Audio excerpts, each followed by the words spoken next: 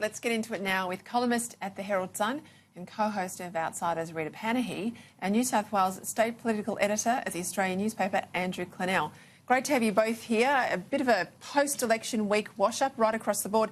I'll start first with you, Andrew Clennell. I have to say, I think some of the best analysis I've read about the transition going on inside Labor and indeed the Liberal Party about where what I'd call their new base is, in what electorates they'll find their strongest support, where the swings were, was your piece in The Australian this week. It was really outstanding. Do you think Labor is going to learn the lessons of defeat if they go to a Labor leader from the left? Do you think that Albanese can bring them into the centre, or do you think he'll be so keen to reward those who have got him into this position, his factional allies, that he will keep the policies as they are and he'll stay off to the left and hopefully, let's say, electoral oblivion? Well, the only way Anthony Albanese can succeed, Peter, is if he becomes what he's not. And that's the biggest challenge for a bloke who's 56. I mean, he's been left-wing all his life. Left-wing on asylum seekers, left-wing on climate change. He's exactly the sort of innocent... I've got nothing against Albo, by the way. He's pretty competent. He seems a decent guy and he's reasonably articulate. But isn't he exactly what the public just rejected? Which is, you know, the concept you cannot win an election from the left. And, you know, Albo can't even bring himself to say the word Adani just about. So I just see real problems here. Like, he has an element of popularity that Bill Shorten didn't have. So I think actually he would have higher sort of numbers initially than Shorten, but he's going to have to change his outlook on everything in life. Maybe he's a bit of a chameleon, maybe he can do that. But to go from a sort of a blistering defeat from soft left policies to a soft left leader, I don't think it's ideal for the Labor Party. I just think they're in a world of pain here, Peter.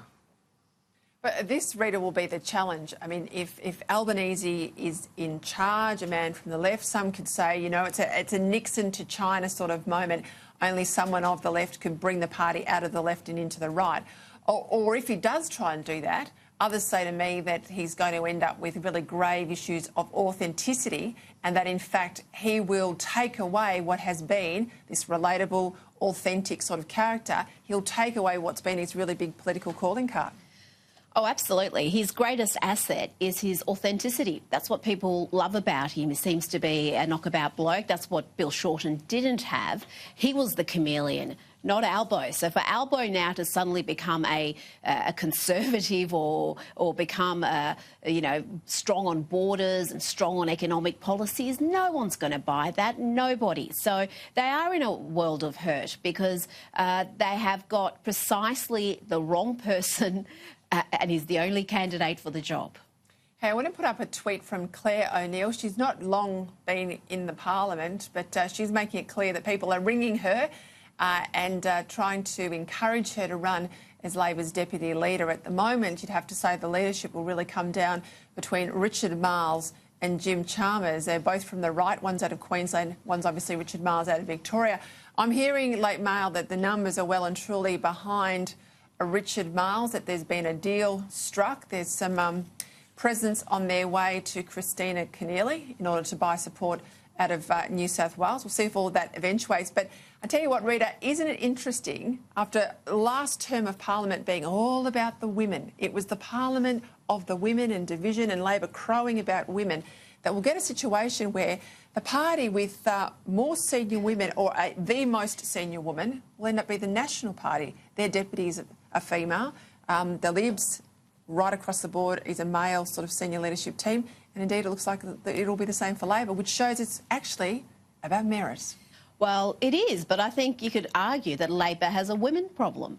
They have to have a quota to force their members to nominate women. They don't just do it on merit or because they deserve it. They have to enforce a quota. And when that quota is removed and you are just picking who's best for the job, they're picking blokes. Where are the women? Where are they need a leadership quota for women? Is that... Well, perhaps that's the only way to force them to select one, because it is, it's very, very, this is precisely the point Labor would be making if it was the other way around. And how amazing the turnaround has been. A week ago, the most left-wing Labor government in a generation was about to be elected, and the whole narrative would have been, how can the coalition become more moderate and be palatable to the Australian public? And now it's the complete reverse. Yes, it is. Absolutely is. It's wonderful.